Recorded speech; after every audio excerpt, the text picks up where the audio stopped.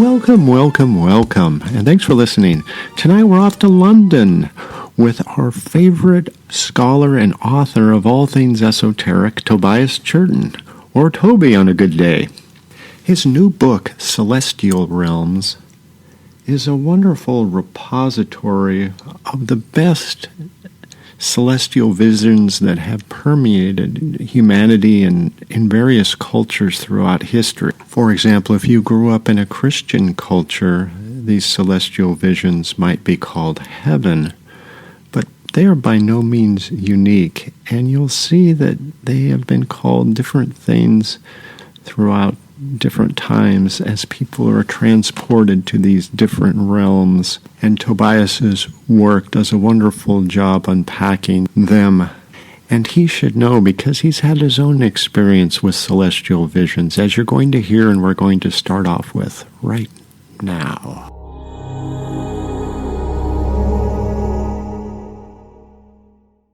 Well, the summer of 1965 was auspicious for you, I think, because it was your first taste of heaven. But it was also important for me. But we'll get to that. Let's first get into the heaven tell first. The whole in 1965, story. 65. Yeah, I was. What would I have been in that summer?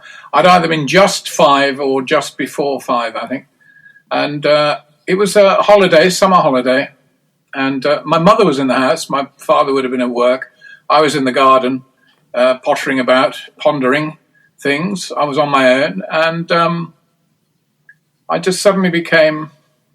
I was a 5. Well, it was me that was happening. I was suddenly aware of eternal dimension, and I started laughing, chuckling to myself that the notion of death was absurd, and I knew.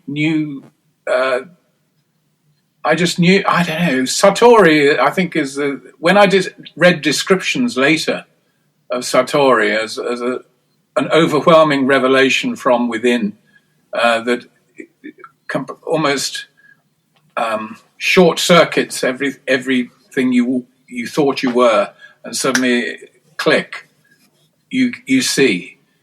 This happened, and from that moment on, I was slightly different in demeanor. My brothers would say, we're on the bus, and they'd say, Toby, do the smile, and I just had this almost beatific smile, which stayed with me for most of my life.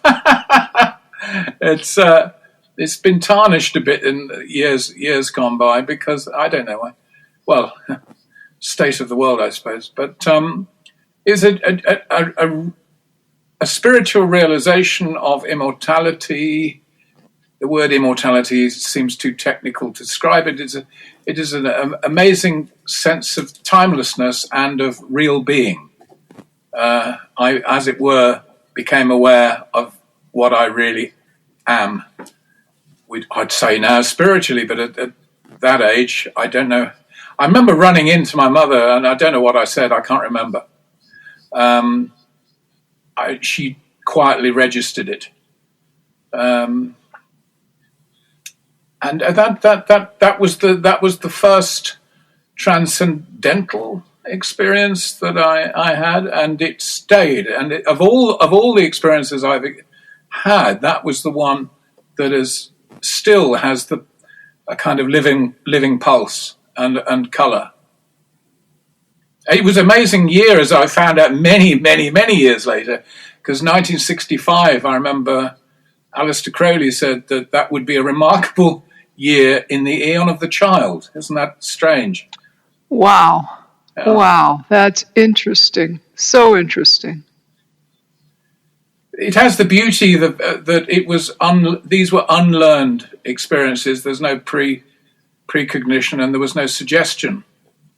That was unless ye be as these children, you cannot enter the kingdom of heaven, that sort of thing.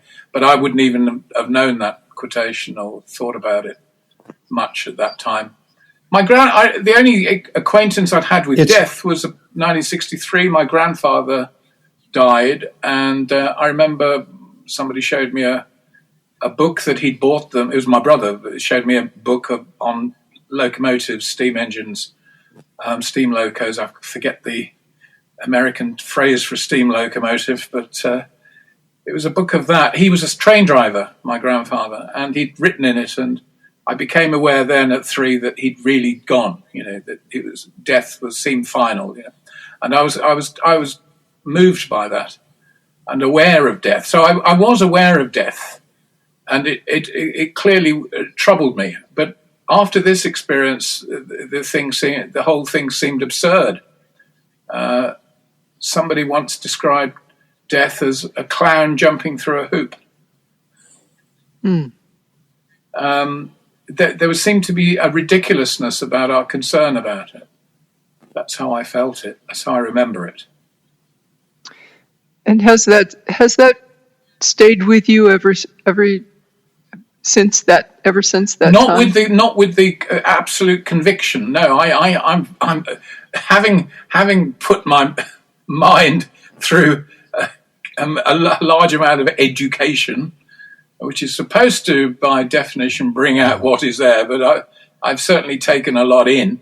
I think my critical faculties are now so honed, and one becomes cynical about many things and uncertain about things that other people hold with great conviction. But it's still a rampart for me. There it is. I can never forget that happened, and I only wish I had that same consciousness every single day. I really do. I think there's no doubt in my mind that if we all had it, there'd be no need for gun control. I think people kill because they're frightened of death. This is the really bizarre thing, is that the very conditions of it's fear that is the problem in life. Fear is the key. Isn't it? Was that a name of a film? It sounds like it, doesn't it? Fear is the key. It's also the source of much of our entertainment. So we're frightened. We're frightened people. And so your thinking on that is that we watch films that scare us to constantly try to reassure ourselves that it's all not true. Well, a lot of it's, yes, I think a lot of projection there is that we let our movies suffer for us, don't we? Well, that's an interesting way to express it. Yeah. And I think I have noticed that in the last few years, with all this new taste in for war, that my pleasure in a lot of films has decreased enormously. I can't stand violence in films now because there's too much of the reality around. I can't relate to the idea that it can be entertaining unless it's very sort of silly violence, or what I'd call comic strip violence. I think James Bond films, it's difficult to take the violence seriously in the old ones. Some of the new ones, they get, post Scorsese, you have it's more visceral. I can't stand that anymore because there's too much of the reality about. And I think films are about dreams and escapism and all of that. It's so as is a lot of religion, of course. Yes. Which is a kind of self-generated movie. Yes. So interesting. I think that's very, very true. And sometimes it almost seems like the psychological state of some segments of our populations don't quite even catch the reality of the violence any longer. There is a defense against that, or a very primitive sort of self that doesn't really grasp the severity of it. I think if it hasn't happened to a person or somebody very, very close to them, they're a bit like when we were children and we played various war games, and you sort of grab you imitated what you saw in the film, you grab your stomach and fall over. I mean, there was no reality in it at all. And blood is just ketchup. So I think if people haven't personally experienced these things, it's very easy to separate themselves from it. I think most people are pretty egocentric anyway, and they're full of defenses and barriers, and That's not happening to me. That's not me. That's somewhere else. That's to do with them. Or the classic one is, well, they deserve it, don't they? And all that sort of thing. Whatever consciousness happened to me at 5 doesn't happen to a lot of people all their lives. Even with experience, it doesn't get that far. Human beings, if you're a psychologist, or as they used to call it, alienist, you'll know that human beings are the problem. Whether with the solution is another matter. It's interesting in your book that, and I hadn't done this before, but you're equating what you're describing as a Sartori experience as like this synonymous with heaven. And I guess I've always separated the two, but I think, am I correct that you're bringing them together? Well, only because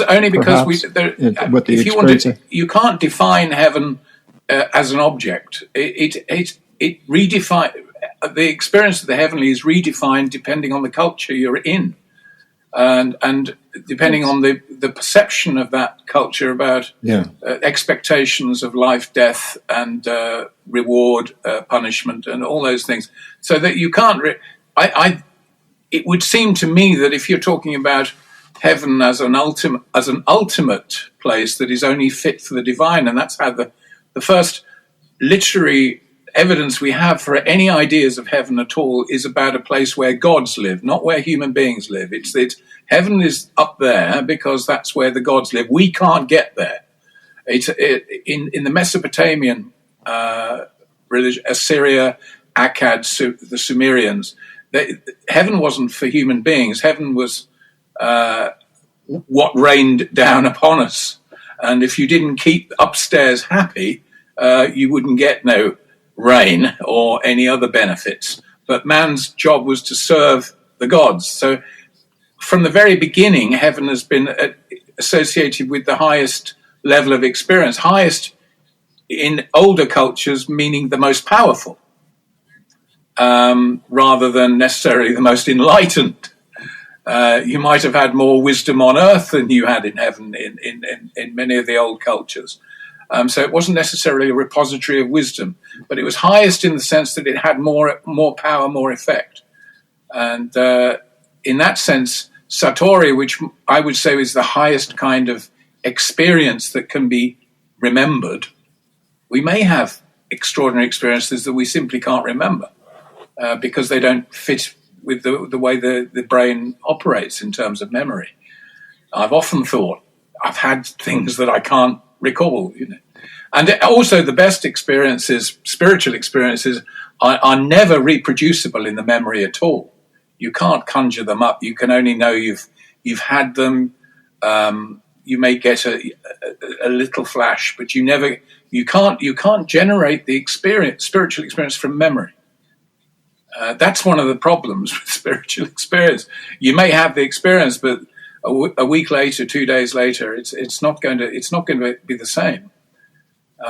We're slaves of time, and time takes us away from experience, as well as brings us towards it.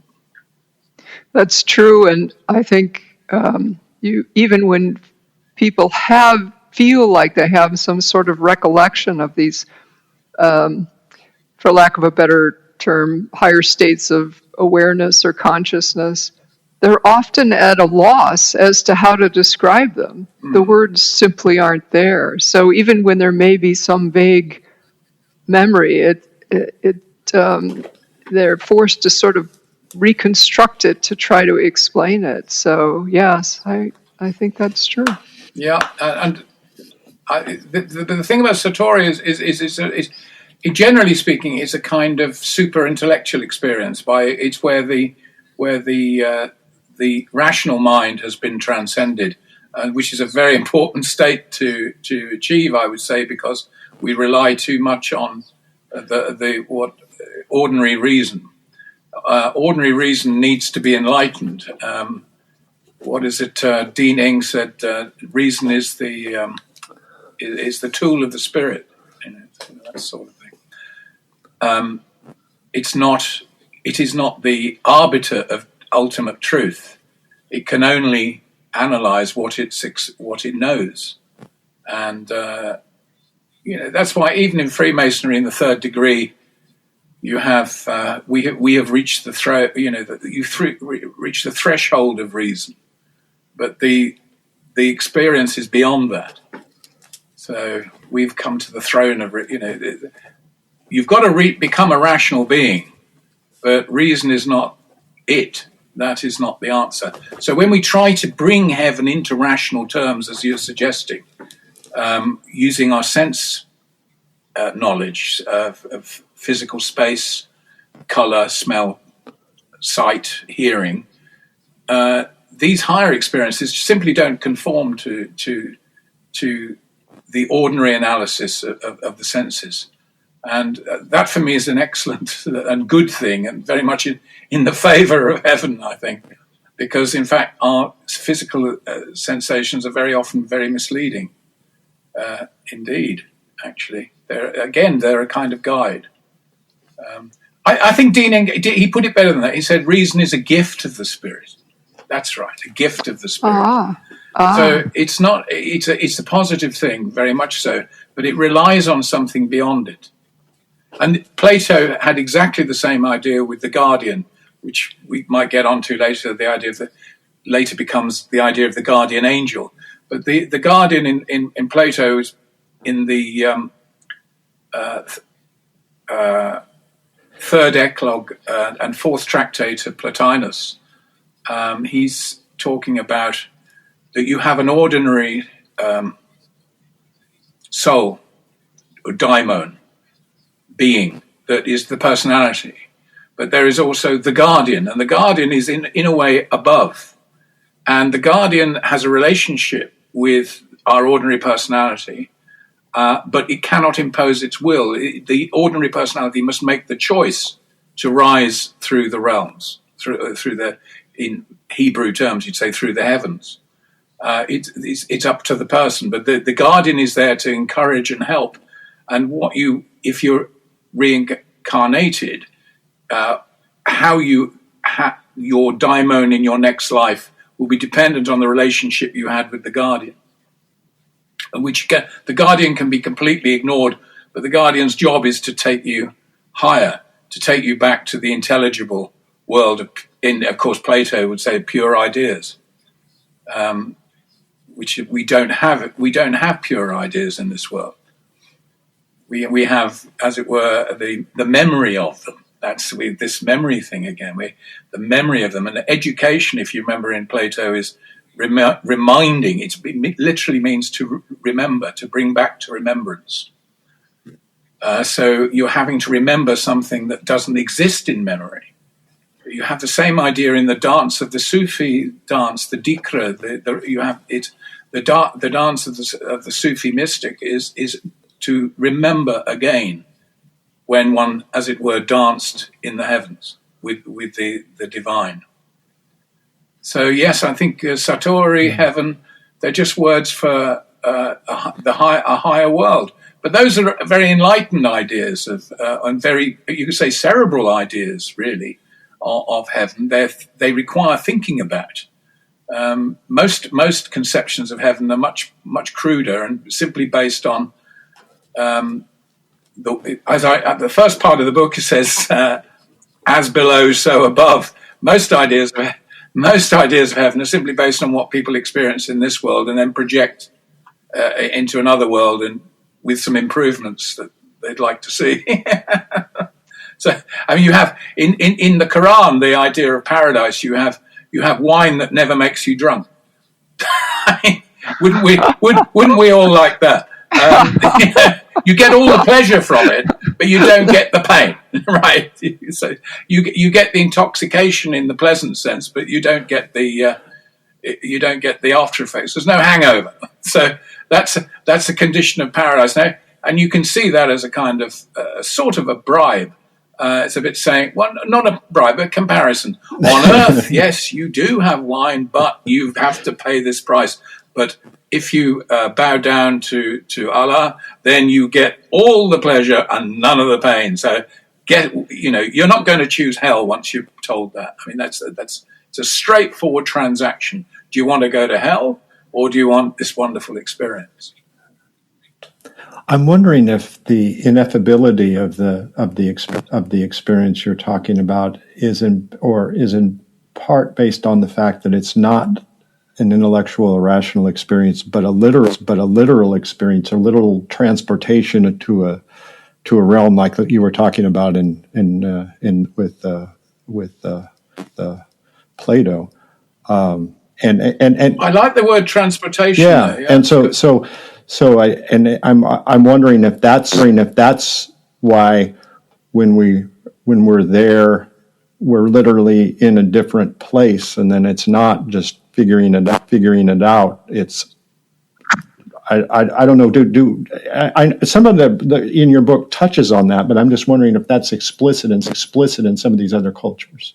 Well, I think the idea of transport occurs in all the cultures at some point. Either it's simply going upwards on the basis that that heavens is in that way, but also you usually have a post-mortem journey, which is very often perilous, and you'll find that in Polynesian mythology, and you'll find it in practically every other mythology. There's a journey involved which is perilous and very difficult, that has to be undergone and still has risks, even though you're disembodied.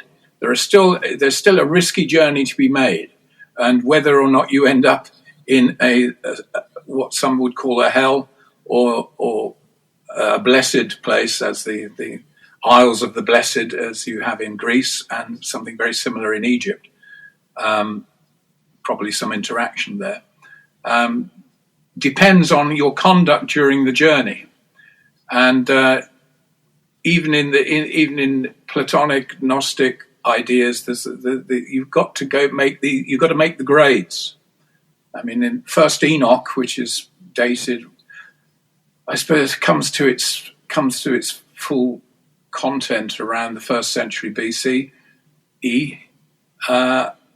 There are 10 heavens, and they all have something to say or some sort of warning. In the Hermetic writings, you have 7 realms based on the planets and what they signify, and the sun and the moon, and then you get the Ogdoad, and then from the Ogdoad, or the 8th sphere, you start to hear the heavenly music.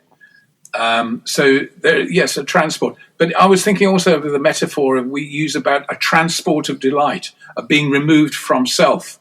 And I think that's the other thing you're talking about. When you're talking about removal, you're talking about removal from the ego consciousness, ego-centeredness. And that is to be in, as it were, another place.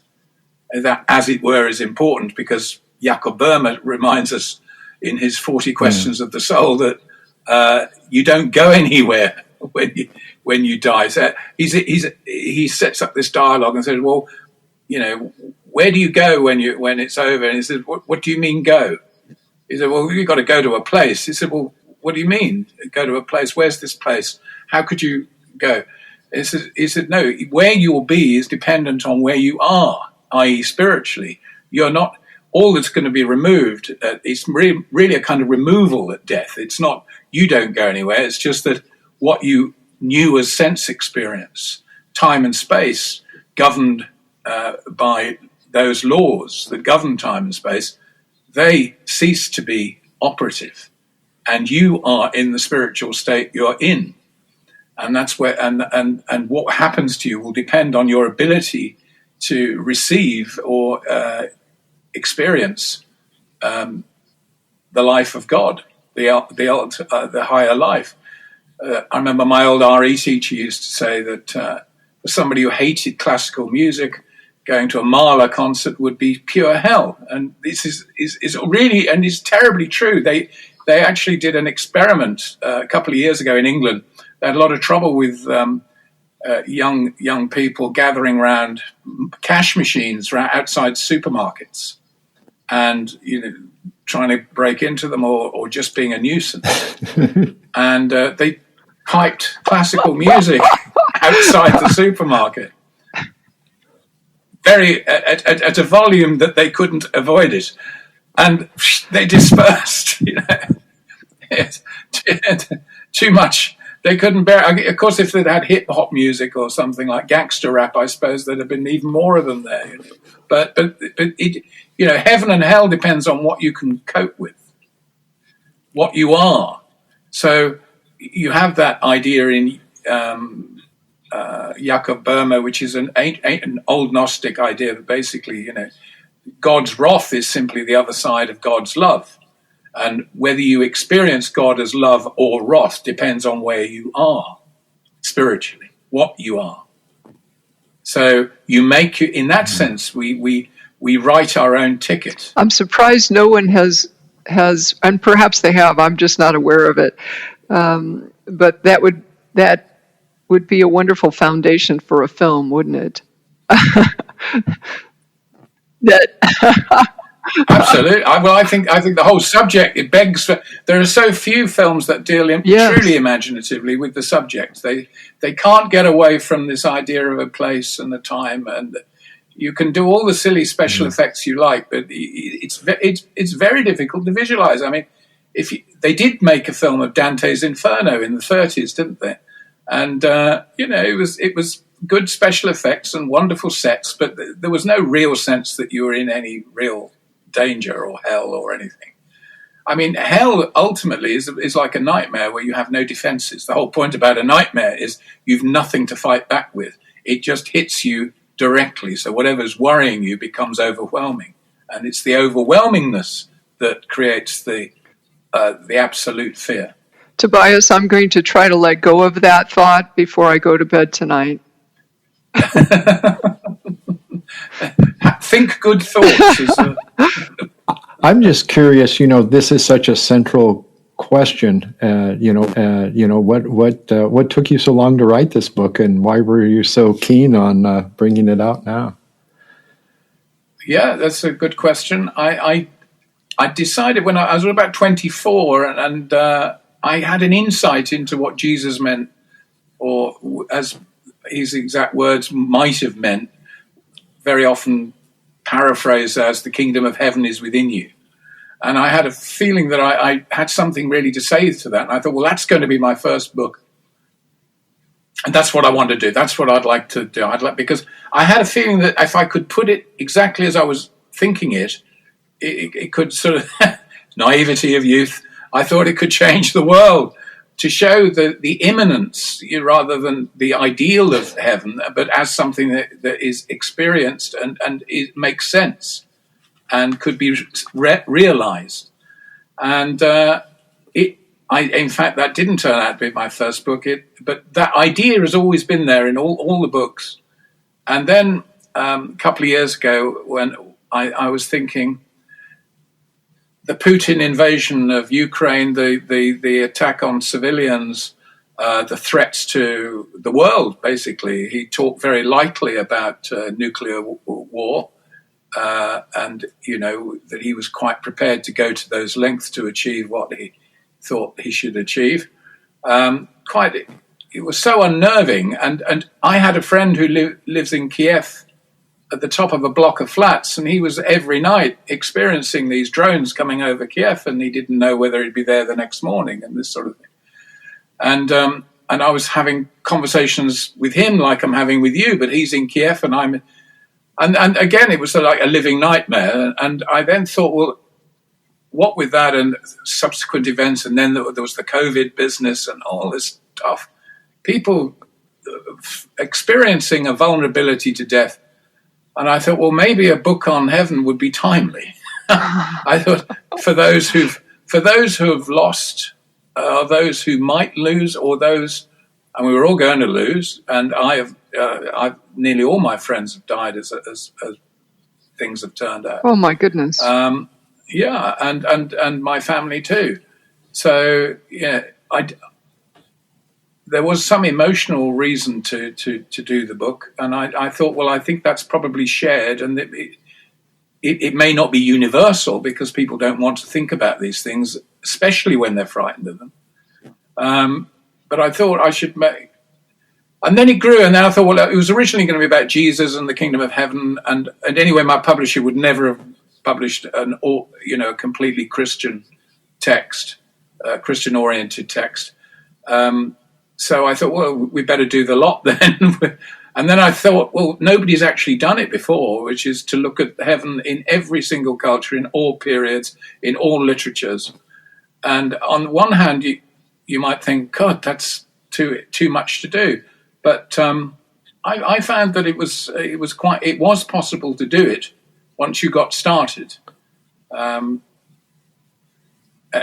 Because sometimes you're dealing with non-literate cultures or where there's oral traditions, as in Polynesia, the pre-Columbian America. There's very little actual literal, so it wasn't so difficult there. Obviously, in European, Middle Eastern, Chinese, Japanese, you've got far more literature to think about, and but it became.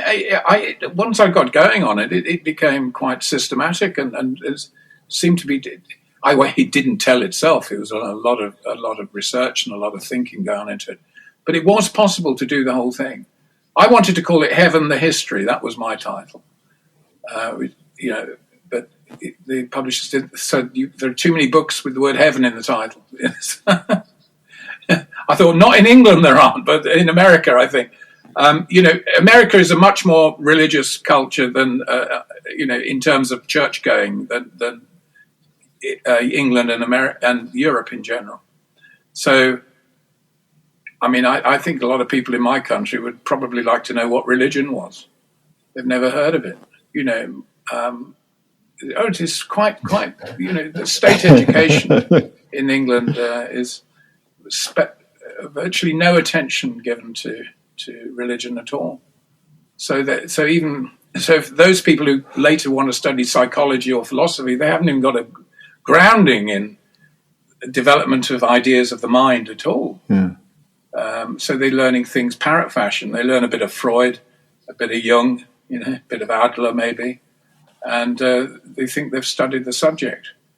But I remember something Jung said, that all I've done is cast a small light into the very dark realm of ignorance, of enormous ignorance of the mind. He just thought he was starting something. He wasn't trying to set up a doctrine. But now you have Jungians following the gospel, but which he would have been, I'd say, at least uneasy about. Yes. A lot of his, that's another subject, in a way. Though I see all these subjects as absolutely bound up together. They're all about human experience on Earth and elsewhere. And it's interesting how the different cultures have different descriptions of the heaven, for instance, and you touch upon that in the book. Usually based on what was around them. In the African mythologies, pre-Christian, pre-Islamic Africa, everything in heaven reflects a mountain or trees or river or the animals, snakes and crocodiles and this sort of thing. I think everybody paints the next. Look at spiritualism, or as they call it, spiritism, as Allan Kardec called it. People who want to speak to their departed relatives regularly in seances. The idea of heaven there is almost like so familiar, so domestic, as to be. You'd wonder why you bothered going from this world to the next. So that instinct to paint heaven in worldly colours is very deep in people, and you can understand it. I don't think people would be very frightened of the idea of that they have no idea what they're going to experience. Whereas for me, that's the adventure. I remember my old RE teacher, religious education teacher, when I was at school, used to regard death as the great adventure. I was very inspired by that. I've never longed for death at all. It frightens me because I associate it with loss and loss. And I happen to like what I found on Earth. I found so many good and beautiful things, I'll be very unhappy to let them go. But he would say it's the great adventure. I thought, all right, if that's what it is. Maybe it's completely unknown. What is it St. Paul says? We shall all be changed. That's a bit like voting for a party. You don't know what they're going to do. Starmer, our current Prime Minister, got into power by just saying, people want change and we're going to bring change. I thought, you don't need to bring change, mate. It's changing all the time. Everything changes. That's all that's ever going on. So you can be safe that if somebody promises change, this promise will come true. What he didn't say was whether this change would be a good thing for people. As it's turned, well, I think you can guess the rest. Yes, we've had change. Oh, gosh, yes, lots of it. But they won't get the vote next time, that's for sure. But yes, you can always, when people are worried, you just tell them it's going to change tomorrow, and that they'll grab onto that particular hope. I think heaven has been very much coloured by people's fears. So if you offer a nice picture, a comforting picture, obviously that's going to be the one that most people are going to try and grab onto. And but I think we have problems with it. It's difficult. There are big cultural differences. When I did an interview on Coast to Coast AM, a very, very large audience for this show across America. Nearly every phone-in person, it was amazing, was telling me that I needed to be saved, and that Jesus Christ had done this and that, and we didn't need to know any more than the Book of Revelation, the usual stuff, and the presenter would say, well, what do you say to that? And I'd say, well, yes, you're talking from inside a tradition, but you don't realize it. I said, I'm looking from outside at all these traditions. I'm not looking from inside. I have experience of the inside, but I've also got experience of the outside. And well, obviously, objectivity, as we call it, which is a phrase I don't like, a word I don't like, but the ability to see things from the outside is very rare in actual fact. Most people are married to their point of view. And if they see something, that's how it is. And that's all about survival. So I wanted to write a book that would calm all these different views, that gave equal space as much as I could to all the different thoughts, and that didn't impose, preach, or anything, just presented my analysis and reflection on what was believed. And there's no question that the most profound thought on this subject of heaven and the destiny of the soul, the most profound thought is in the Judeo-Christian tradition. There's no doubt of it. It doesn't require belief that the literature shows it. It's quite extraordinary, and also that most of that thinking had been done 2,000 years ago. We haven't really moved on in this field very much. I don't think. Tobias, could you say something a little bit more? You said profound, that it represented a profound thinking. Could you say a little bit more about that, how you're thinking about the word profound? Well, profound, just deep, just deeper thinking, based on a much more serious engagement with the questions of the validity of this life. The Jewish people were challenged so profoundly through their history, and seemed unusually, compared to other cultures, they seem to have been aware of it, or that there's always seems to be somebody in Jewish history who's got the antenna out, who's actually aware of what's going on and is trying to relate it to a much greater scheme, so that it is Yahweh. Yahweh is sending the Assyrians upon us because we've sinned. Yahweh is visiting us with plagues because the people have gone astray, or they're following the wrong paths, or whatever it is.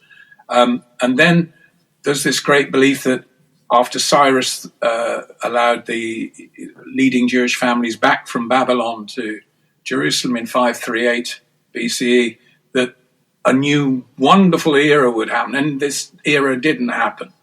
And they were basically run by the Persians, and then later run by the Seleucid and the Ptolemaic Greeks, and then eventually for a brief time in the Maccabean period, they had their own king again, but the country was virtually in civil war for most of that time. And then the Romans turn up. So they'd had all these expectations that God cared about their destiny, and yet everything that happened to them seemed to be throw that hope away in real terms. And the reflections on that generate different kinds of reactions. Mysticism on the one hand, apocalypticism, which the Christian world has simply imported and still is reproducing the language which is relevant to the 2nd century BCE and is now applied to 2026 by people who can't understand the nature of historical literature.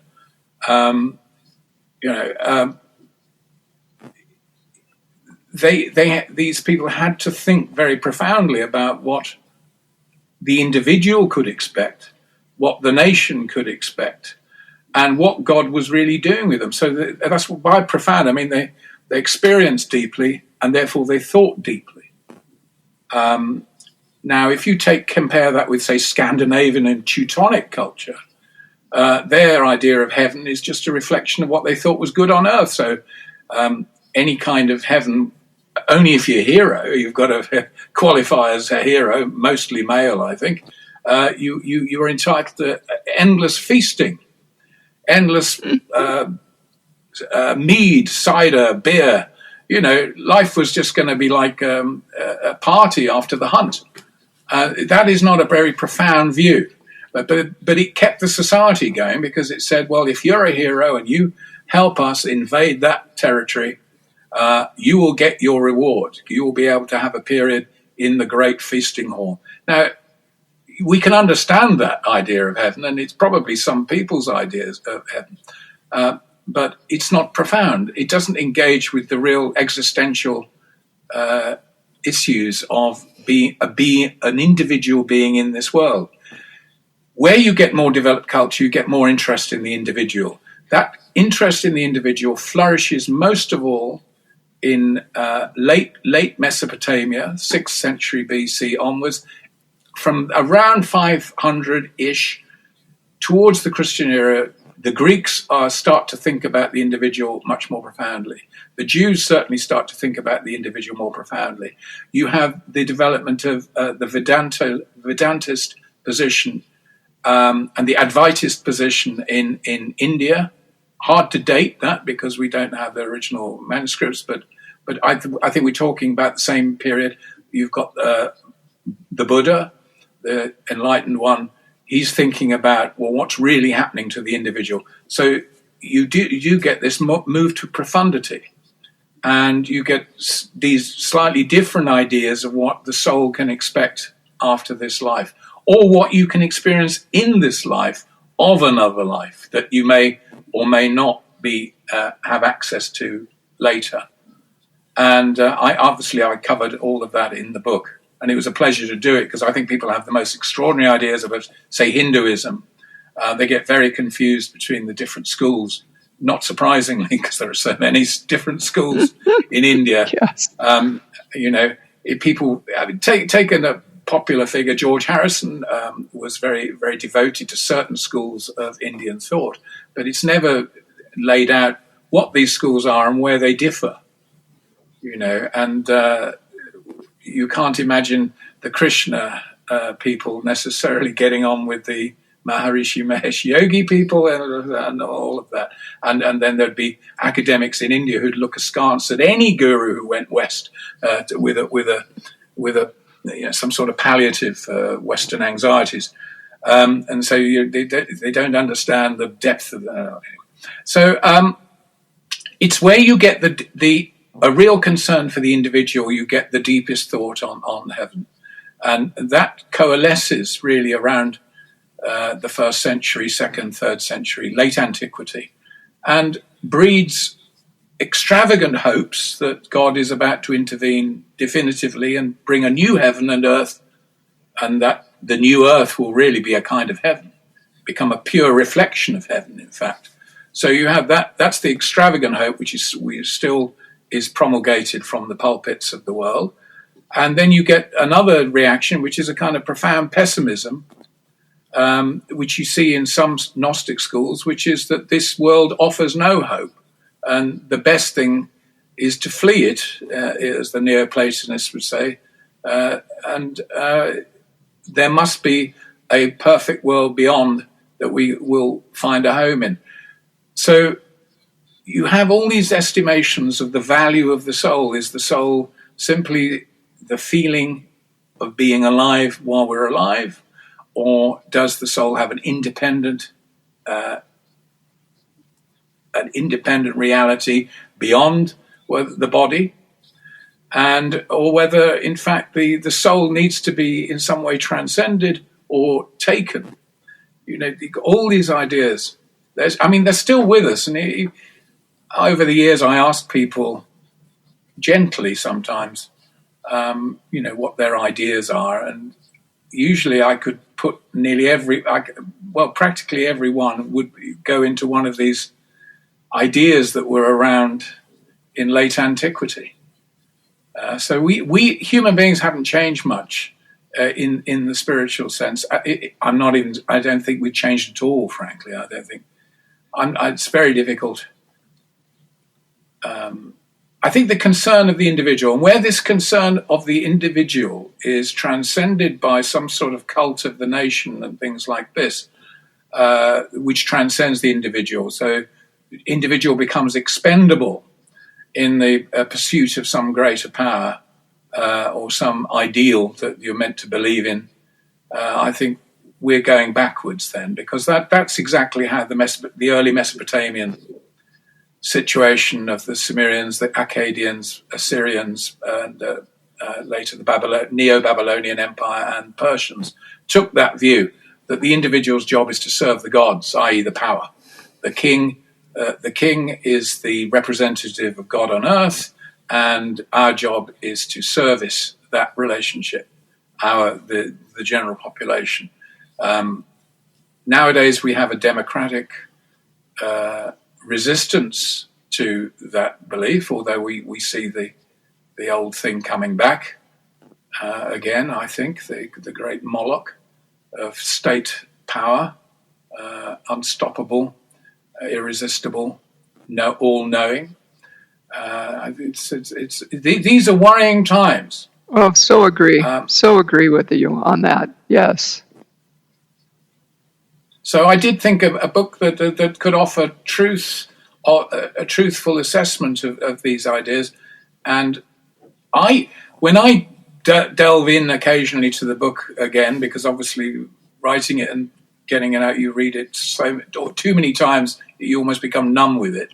So it's always delightful if somebody else gets something out of the book and tells you about it, because you've forgotten what the original pleasure felt like when you were doing it. But when I have dipped in, it as a book, I think it's so full of nuggets that I would imagine at various times of my life and many others, oh gosh, I wish I'd read that then. That would have given me a little just a window. I think it's interesting your description of the individual in relation to the state and how this is tied up in sort of the formulation of heaven.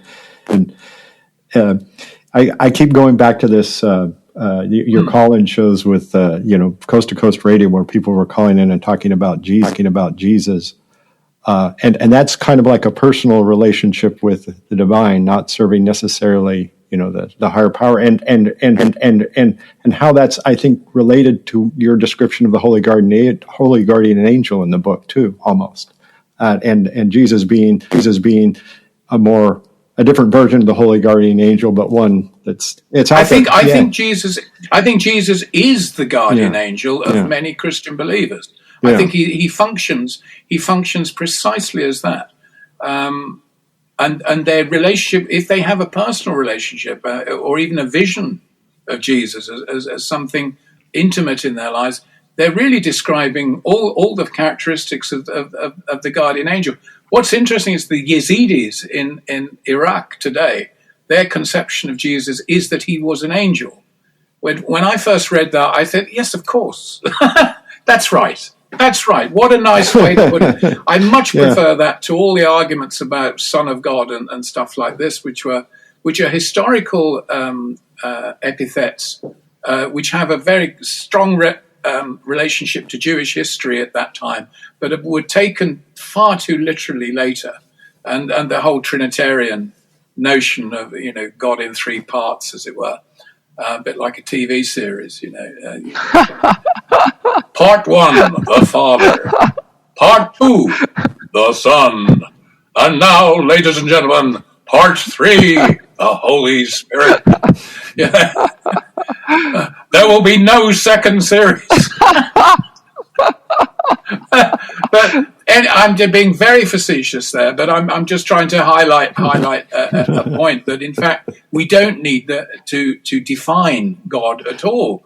I think it was Stanislas de Goethe, the French poet, who said, what did he say? Yes, a defined God is a finite God. Mm.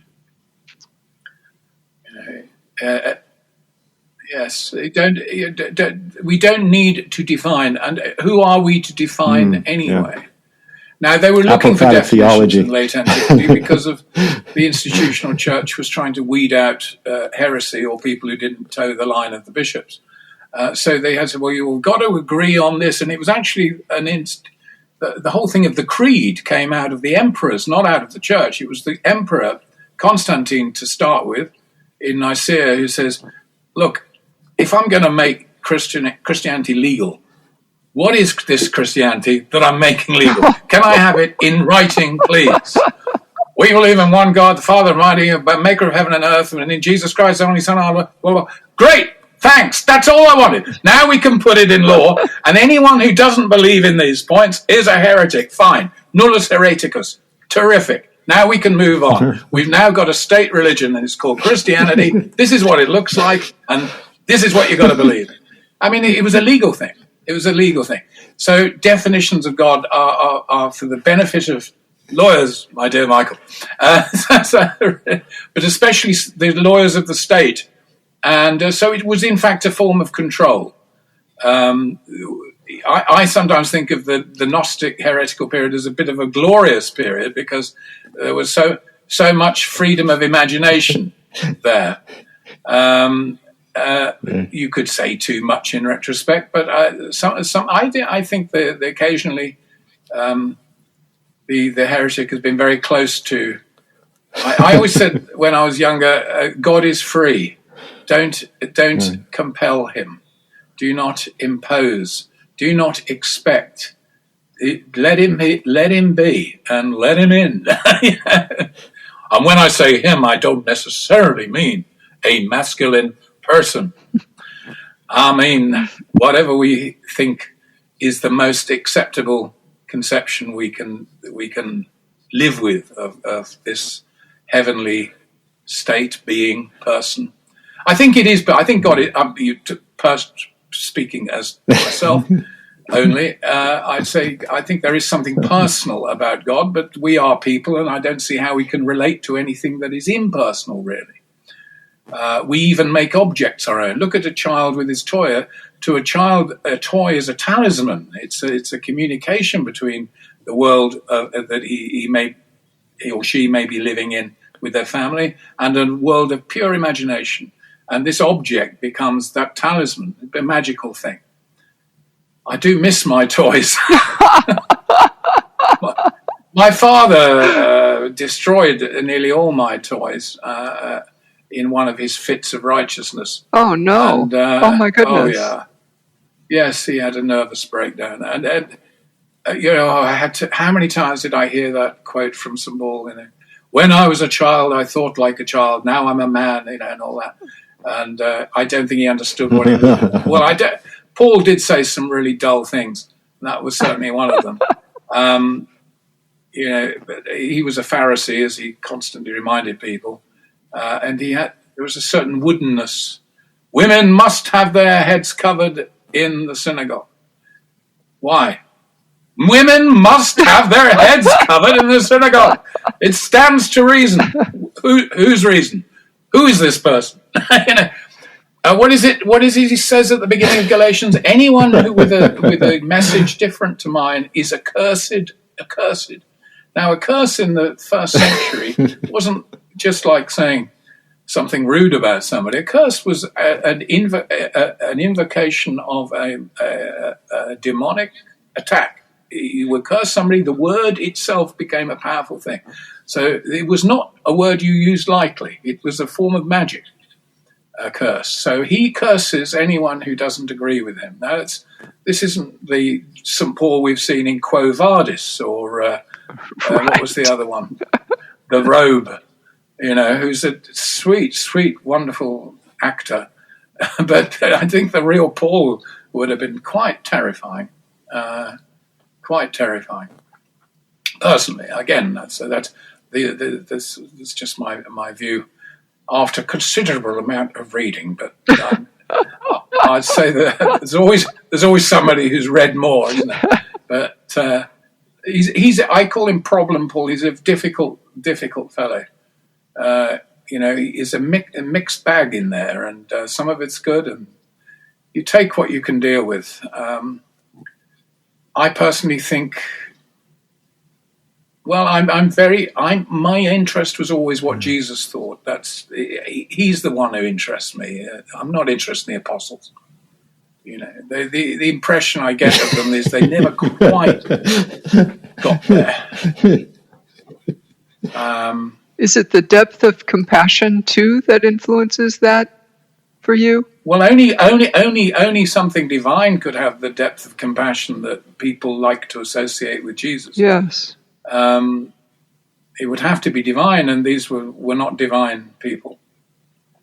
They were very, well, we know, I mean, the story in the garden when they come to arrest Jesus, and one of them at least, I think one or two are armed, and they cut off the ear of the high priest servant, and Jesus says something quite extraordinary. He says, "Don't you realize I could get 20 or 40,000 angels if that's what I wanted? I don't need you. I don't need you." And he heals the broken ear. It's I always thought there's more to Jesus than the Gospels. I mean, it's only right that there should be more to this character than, if that's the right word, this being than meets the eye. I think we only get a little glimpse in the Gospels through the eyes of human beings.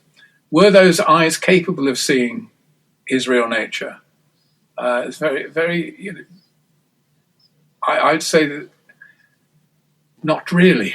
No, not really. I'd agree. What is it? Jesus was promised in the church. Salvation was promised and the church came, or something like that.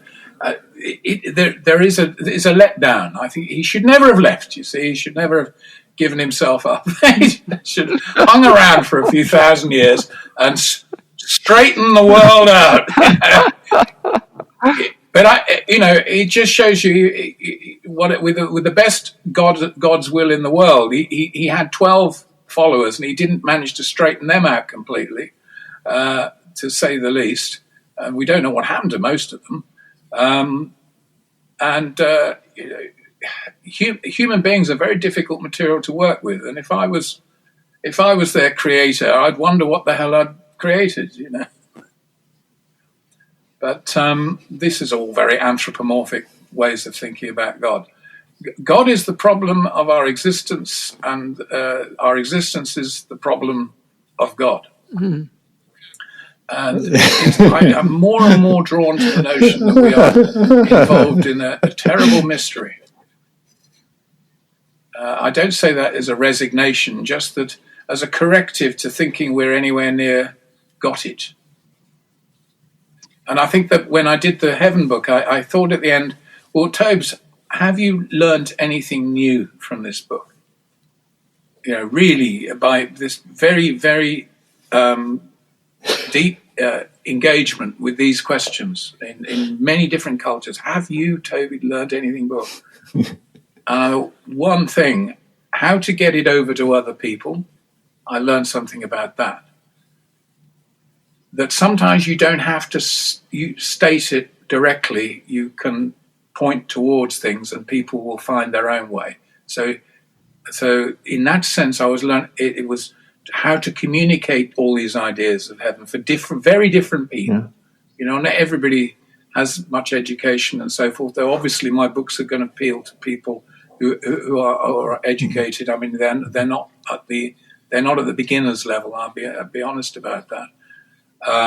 But nor are they meant to be remotely academically specialized at all. I try to talk in good plain language. People say, he presumes too much knowledge. Well, that's a really dodgy one today, because how much knowledge can you presume that anybody has? I mean, I spoke to a chap the other day. He's done his, he's graduated from school, and he didn't know what the word ordination meant, to be an ordained priest. He said, what does ordained mean? Mm-hmm. Well, it's the way people become priests. What's a priest, really? It's very difficult.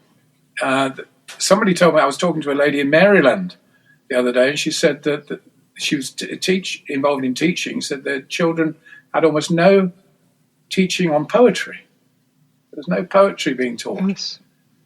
And there was a law of George Bush or something that every child had to leave school with some sense of a qualification, or they couldn't be allowed to think that they'd failed in school.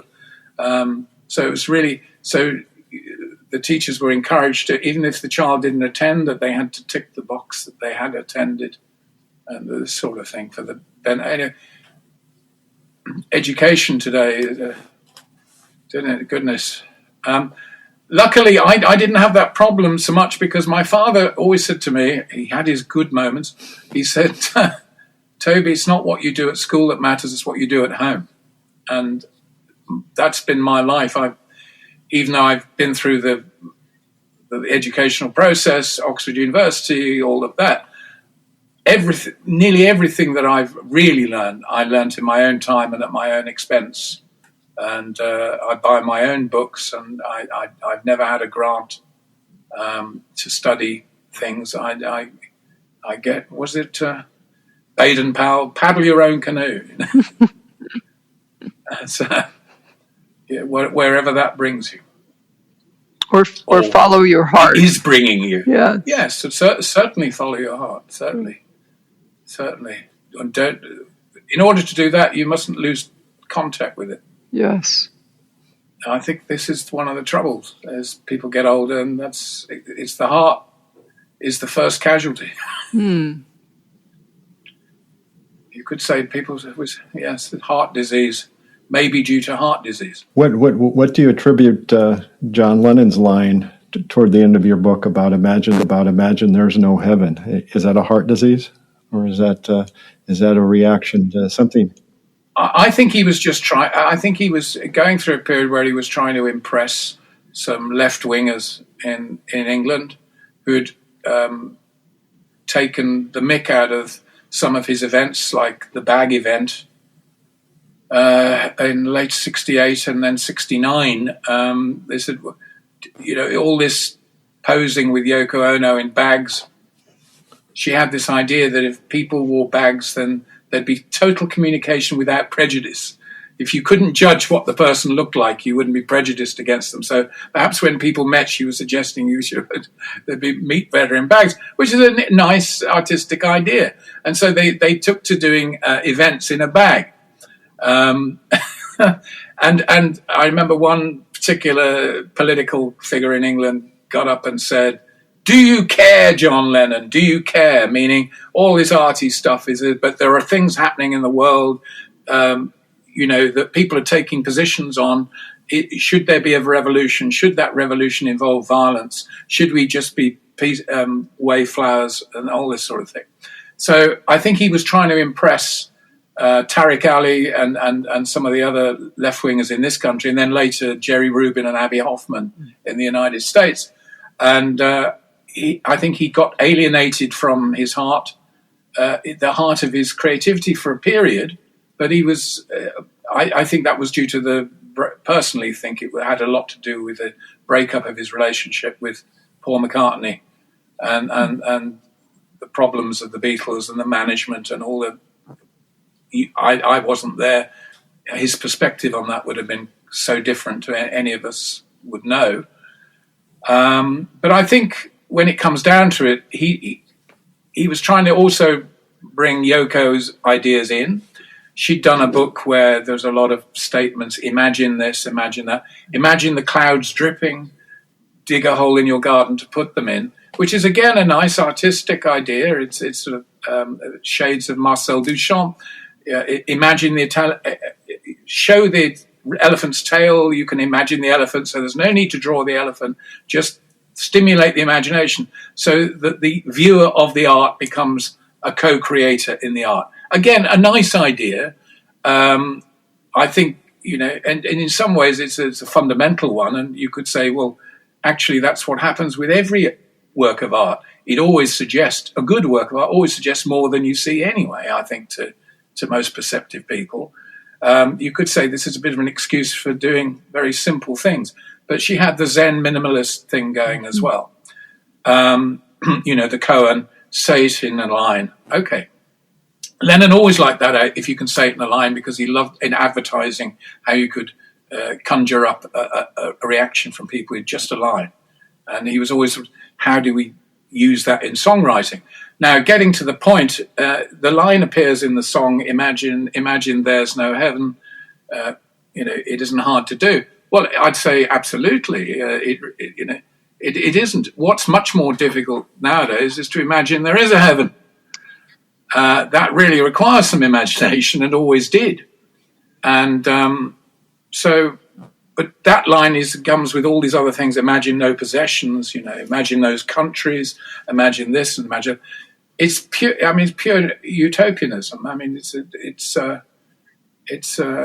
you can imagine it, but you can't imagine how it could ever. These factors could ever become real. But the Yoko optimism is, well, but the first step to making these ideals real is to imagine them. Well, I personally wouldn't want to imagine a world where there was no possessions, for example. I only look at the garden and see how the birds fight over property and over their food. And where there's no law, there's anarchy. And the existence of possessions draws a line around things that thus further you shall not walk. And the moment you remove those lines, you don't end up with a paradisal, Edenic sharing. You end up with villainy and the Wild West. That's my reading of it. So if you want a peaceful new world, I think you've got to have somebody to actively make that peaceful world possible. And we know what that really means. You've got to have law, and you've got to have instruments of the law, because there are some people who otherwise don't respect the law. When I was young, I certainly didn't, and I was pretty anarchic as a youth, not in a harmful way, I hope, but I was pretty much indifferent to other people's wishes. I didn't mind upsetting the odd person, because my viewpoint was egocentric and selfish fundamentally. I was thrusting out. I wanted things, and so I think the idea that he was responding, I think, to the socialist notion that if you took away all these alleged evils and merged everybody into a communism, a community of interest, then my interest is my brother's and sister's interest, and we can work all this out together and we can share it. And well, we know what happens when people try to do this. There's always somebody whose needs anyway, who really needs more. Cut your cloth according to the man. Some people definitely can do with more than other people. There's no equality in nature. It just doesn't exist. The only nearest thing we get to equality is with machine tools, where we can say this is precisely 12 inches long, and this bit, and every single one will be exactly 12 inches long. If you're able to cut reality by will, you can have as much equality as you like. But nature has no interest in the notion of equality. It simply isn't there. You can say, well, you should be treated equally. Well, yes, as it's sort of in the sense of equity, in the old common law sense in England, English common law, there should be equity. There should be a sense of fairness. Yes, absolutely. But equality, you'll never get it. Things change constantly all the time, and this cannot be a perfect world. Cannot be. Which really brings us back to heaven, which is our repository of our dream of a perfect world, I think, today. I think that's what probably heaven means to most people today, is the notion that there is a perfected world. Now, you can draw on that idea of perfection, and through small things, we can ameliorate, which means to put honey on. We can put honey on some of the horrible things that we're involved with.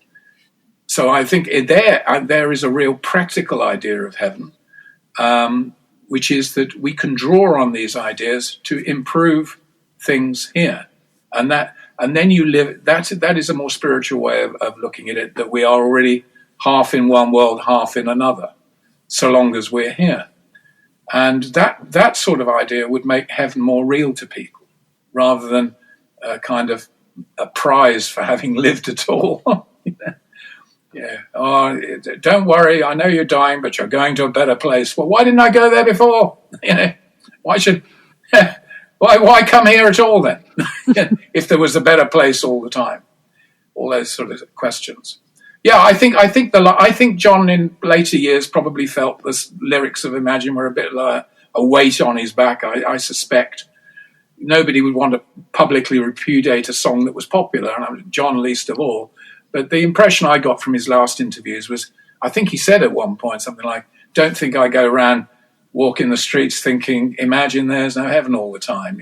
It was a viewpoint at the time. I think he was trying to make a political song with an excessively popular lyrical base. I mean, the music and the recording of that song is beautiful, it's haunting. The sound of his voice is, I personally think, is very lovely. Yes. The piano is extremely well recorded with the use of bass and very subtle drums and all that. So, as a piece of pop music, it's great. But he was actually trying to make a case for a socialist paradise. And I know that in his last years, but he didn't know they were last years, so his viewpoint may have changed again. He was saying that I realize now it's not so much possessions that cause the problem, it's possessions of the mind. It's ideas we hold that we will not let those ideas adapt or let them change, or when we see something, a better viewpoint, a larger viewpoint, we're not prepared to abandon those ideas. We attach ourselves to them. This is what I believe becomes where the ego invests itself. Was it Nietzsche said, strong ideas are prison houses of the mind? I believe. See, immediately aggressive. The fist goes in the air. I believe. Ego, right, okay, got you. So why do you need this belief? They're just trying to rouse a rabble. That's all. But so I think the practical value of heaven is to give us inspiration of a bigger viewpoint, a larger point of view. And while I'm very much for the individual and individuation, the becoming an individual, I don't think we're necessarily born individuated. No. It could be a lifetime's process, or perhaps several lifetimes process, if you believe in that idea. But I think that we need a repository of our best, but it's no good if we just stack our stuff in there like an attic. Right. We must be drawing upon this all the time. Right. So we should have heavenly thoughts, and we should have heavenly ideals, and we should be reflecting all the time that we are not at our best, and we can do better. Yeah. Well, this book's definitely a repository of our best. I mean, what a summary. I mean, it's just like you've taken the best from all the cultures of all time and done it.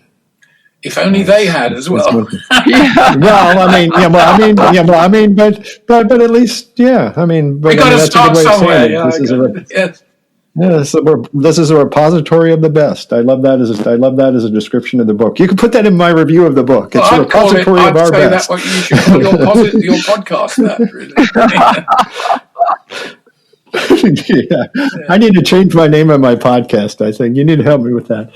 But now that Lynn's along for the ride. So, well, I know one thing about you that's also true is that you're probably up to some other mischief. You probably have some other book project. I was wondering, like, how do you top this? But you probably, I don't know. I don't know. I love talking about what I'm doing now. It's much easier than talking about what I've done already. I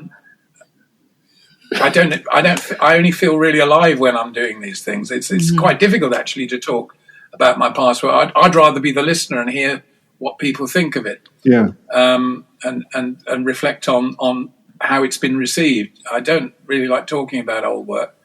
Not that it's old in that sense, but to me, the whole process of producing a book, by the end of it, it's like,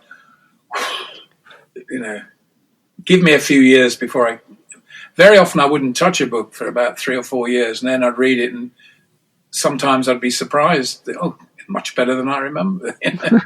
But I have got a wonderful book on at the moment. It's something. When I first went to Oxford, I thought Oxford University, great name, famous, and all this, and members of my family had been there in the 18th century, and I felt I was bringing the name back. And they were all involved with the church and leading theologians at the time. And I wanted to, that tradition had died out. I wanted to bring it back. But I thought it'd be a great place to do fresh research, new things. I'd done the O-levels and A-levels, as they called it in England, which is quite a high a level already if you've done what were then called advanced levels. And I didn't think I'd just be presented with a list of things I've got to do and attend those lectures, and you've got to read those books and write those essays, which everybody else on the course is doing. I wanted to do some original research. So I went to my supervising tutor and I said, well, I want to do something original. And he said, well, that's not really what you're here for. We want you to reach a standard that we can judge it. I said, well, that's not very exciting. I love that. He said, there is one thing. He said, we have a thing, if you do a dissertation, you can drop one of the other papers. I think there were about 10 papers or something, which were separate subjects, like ancient Near Eastern texts, New Testament Greek, the prophets, 19th century religious philosophy. All those are different papers. He said you could drop one of the papers and do a dissertation of 10,000 words and on a subject of your choosing, if it's approved. I said, great. I want to do magic and the Old Testament. There was a pause. I shall have to take some consultation, see if there's anybody who could mark it. I'll be in touch. So I was eventually called back a week or two later, and he said, well, I'm afraid you can't do it. I said, well, why not? He said, there's nobody who will mark it. Apparently nobody's looked at this subject to sufficient level since the 1890s, to which I said, well, isn't that a very good reason to do it? He said, well, you might do it, but nobody would be able to, there'd be no standard of reference to contemporary intellectual scholars, etc., that we could be judged by, so I'm afraid you can't do it. I said, well, this is supposed to be the great university. He said, well, perhaps you could take an interest in this at postgraduate level or something like this. But he was really delighted because the very word magic gave him the heebie-jeebies. he was a really odd combination. He was an evangelical Catholic, which is frightening thing, you know. It's, anyhow, yes, he became a bishop. Poor, I feel sorry, greatly pity his flock. But anyway, that's another. So I couldn't do it, and that idea was always lying around, like the heaven idea. It was one. I mean, I sort of forgot about it. I don't know why I wanted to do magic when I was just 18 when I went to Oxford. Why did I want to do magic, and why had I paired it up with the Old Testament? Because there really isn't. I thought there isn't no much obvious magic in the Old Testament. Anyway, I finished the Heaven book, and I had wanted to do a book about the abuse of religion in politics, but the publisher said, we don't want to do political books. I tried to get it with a Swedish publisher, and they found it too frightening because I was going into some of the sources that some of our political leaders, including Putin, have been reading over the years, which are quite scary if you actually read where they're getting their inspiration from. They never write about it in the newspapers. You had some serious research had to be done.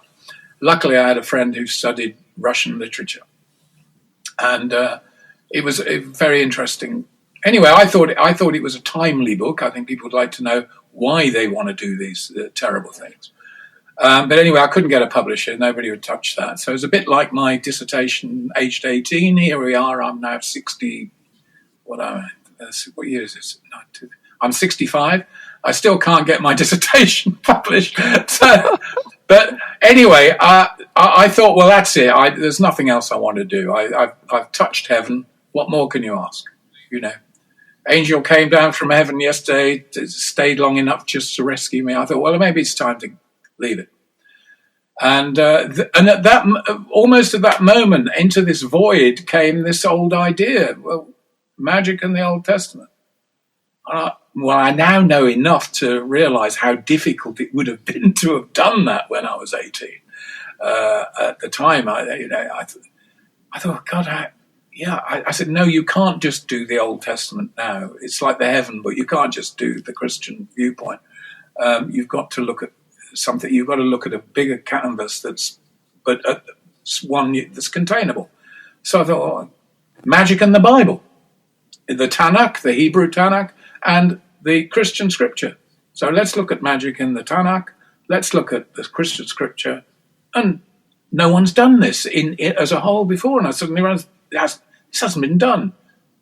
I wanted to do it a long time ago, but now I can do it. I felt, well, I started on that, and it's been an absolute mind opener to take that oblique cut through the scripture, to be looking in terms of the relationship of the very, very many different parts of the scriptures, and see their relationship to magic. It's been one of the best trips I can remember. It really has proved to be, and I can't tell you why. You'll have to ask me when it comes out, next year or perhaps the year after. I don't know. They haven't given me a schedule for the publication yet, for the actual release.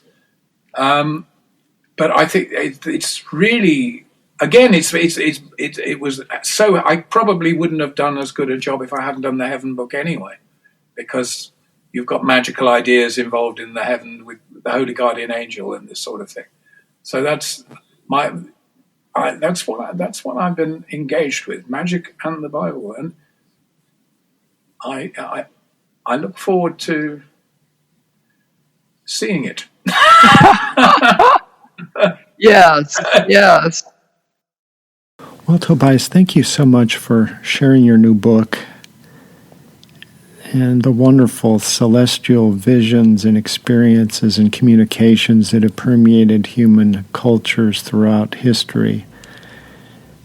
And by all means, if you're ever here in Illinois, look us up. Lynn and I'd be glad to take you around to all the Lincoln sites if you ever want to leave the mothership. And have a great weekend.